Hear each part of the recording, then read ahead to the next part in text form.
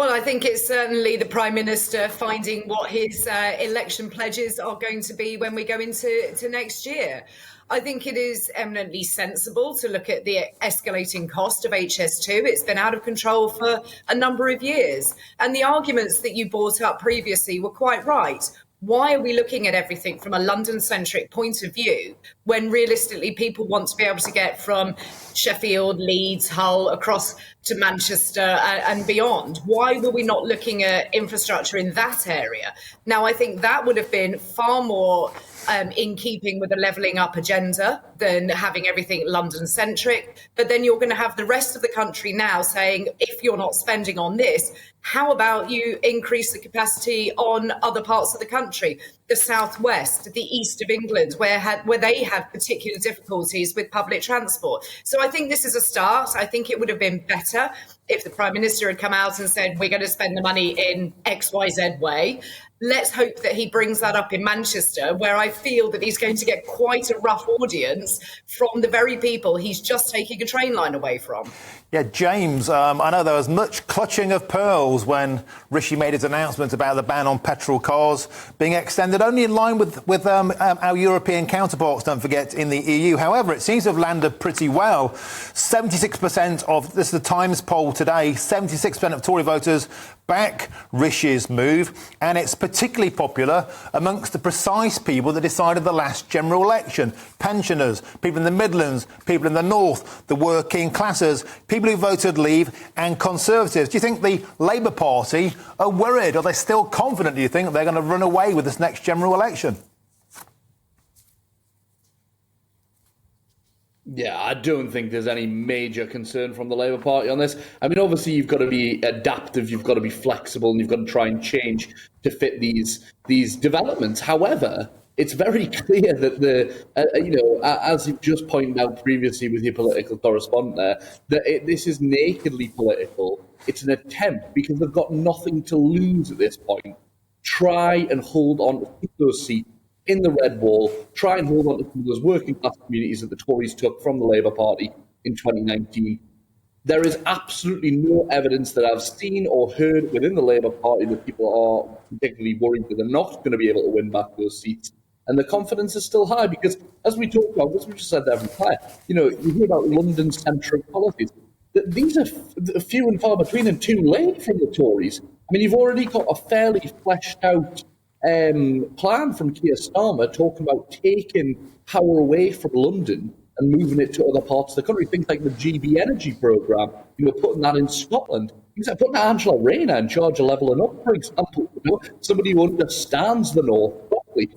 I don't think there's any chance the Tories can try and catch up on this. And they're playing catch up, and it's going to be to their detriment.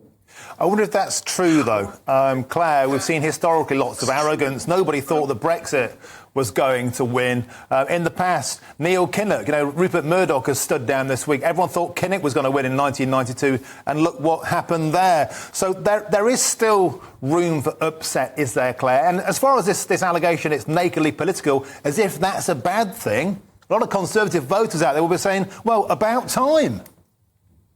Well, and that's quite right. It is about time that we saw some real clear policies and some real dividing lines between the Conservative Party and the Labour Party. We haven't seen that in the last, 4 years at the very least. And what we're seeing now from Labour is a lot of sitting on their hands. They're not making out that they're going to do anything different, and they're just sort of waiting and seeing. So I think the Prime Minister is now on a bit of the forefoot on this.